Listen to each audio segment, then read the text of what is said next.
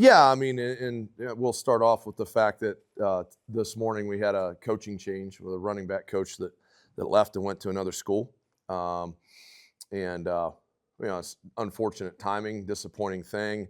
wasn't a uh,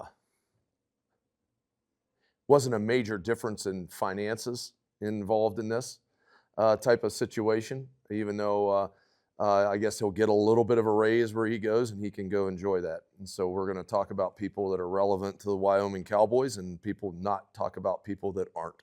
So with that, um, fun to get back out on the field and got a lot of work to do.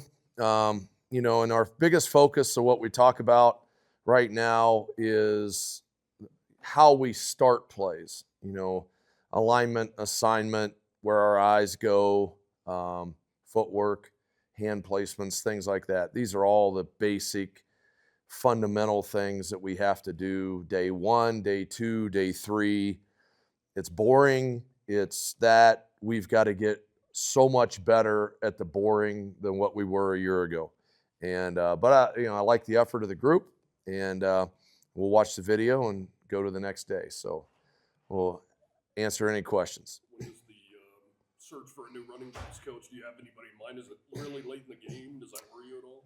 Well, I mean, no. I mean, it's like I said, it's inconvenient, right? Like it's kind of like, there's a time for everything, and there's an understanding of certain things. Okay, had this been go to Oregon, triple your money, I would have been the first guy to say, hey, you got to do that. When it's not that, you sit there and look at it and go, okay, this is not a good deal. So we'll get it handled. I've got some things. I'll be on the phone tonight. We'll work quickly on what we need to do. It happens, right?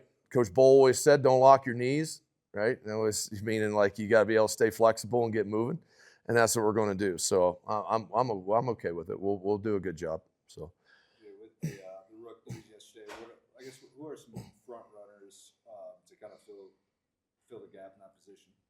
Yeah, I mean there's a bigger room there in terms of what we can do between Desmond Hearns, between Desmond, between Justin Taylor.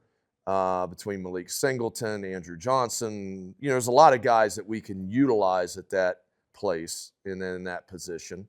And so we'll kind of, work within that and there'll be a lot of plug and play. So you'll look out there and probably see different people at different times. And that's what a lot of this is going to be. We got to kind of figure out what everybody's best at certain things. And so that's where that's going to come from. Today is your first real look, I guess, at Dion, DeBlanc, and Mason together out there. You've talked about kind of their special relationship. Can you talk a little bit about that and what you saw from them maybe today? Yeah, I mean, look, I think, you can obviously see that the two of them are talented. That's not hard to see. Dion is ahead of his curve, as far as a guy that should be playing for us in the fall. Mason is very mature, handles business the right way, and so we're in a good spot with all that part. It'll be day one. They'll learn a lot. Like Mason threw a pick, in a situation, and it's like he'll learn a lot from it. We'll go from day one to day two and go from there. First look at Braden Wilson for us, obviously. I mean, what kind of sticks out to you about his athleticism, and also how much do you think that rugby background helps him as an athlete? Well, the rugby background helps him because he's crazy. Okay, so that part I appreciate. And I say that in a good way. The thing that sticks out about him is its motor, its size and all that. Maybe a little bit even more than that than athleticism. Like he's a solid athlete. He's got a big motor. And that's the biggest thing to it. So I'm glad he's here, though. Number 86 at tight end looked pretty good. What do you want to see from him this spring? What do you want him to work on? Well, same thing. It's the start of plays, right? Like, so for him, 86 is Evan Svoboda, obviously, and so for him, the where his eyes are, hand placement, first steps, where he's aiming point on blocks, on those types of things, routes, his footwork in a route, his depths in routes, certain things that way. Really intelligent guy, works his butt off. So I don't question like the knowing what to do. Now it's just all the things of how to do it, the phases of what you got to do, how to do it, and but he definitely, I mean, it stands out when you watch him play it, and now he's doing it full time, so he will get better and better and better. Justin Erb is a kid you put on scholarship. Why, and what stands out to you about that kid?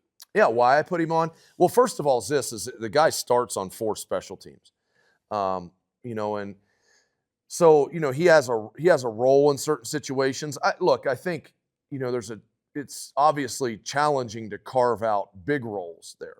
There's John Mike, Jake Wilson's a pretty good looking guy himself. Isaac Schoenfeld's gotten so much better. Then you got Svoboda, and that's just right off the top. So it's hard to carve out big roles as far as like, okay, we're going to do this, this, and this. But a guy that's a starter on 4 special teams and in a positive player on 4 of them is a guy that you have to have in the program.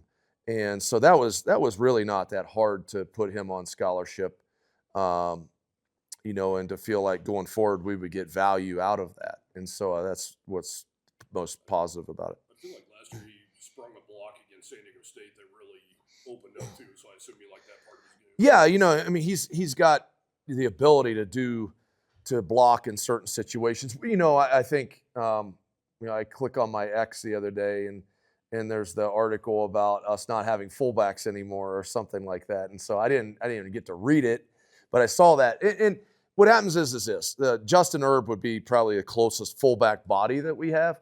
But the body type that we're always going to try to be working toward recruiting now is the 6'3" and 6'4" guy. Doesn't mean that at some point this year you're not going to see Jake Wilson or Evan Svoboda or somebody line up as a fullback. It's just the body, the 6 foot tall, 240 guy. Like there's a limited roles for that where we still want to maybe use an aspect of it, but we're going to do it with body types that are 6'3", 6'4".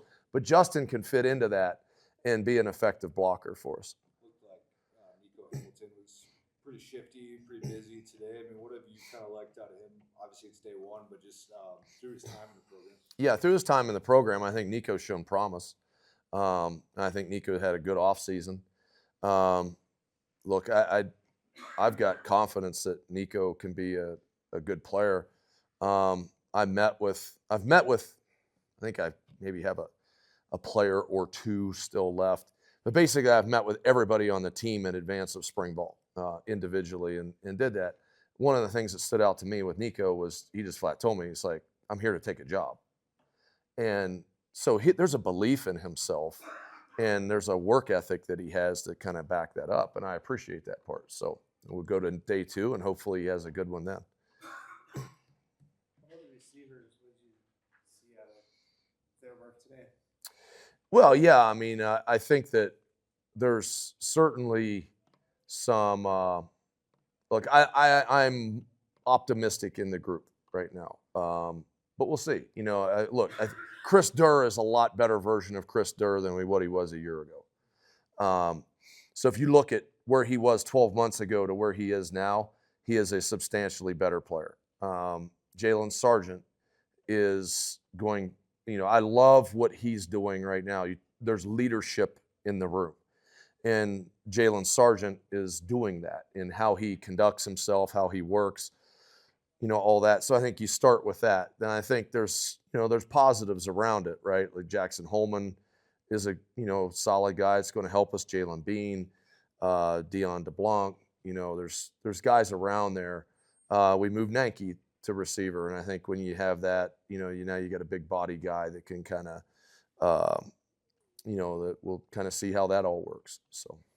You got a couple of guys crash and burn on the concrete out there. Should you get some student body to come work Man, I always worry about that, on that concrete part. But it's kind of, I mean, yeah, I mean, it's a tough spot over there.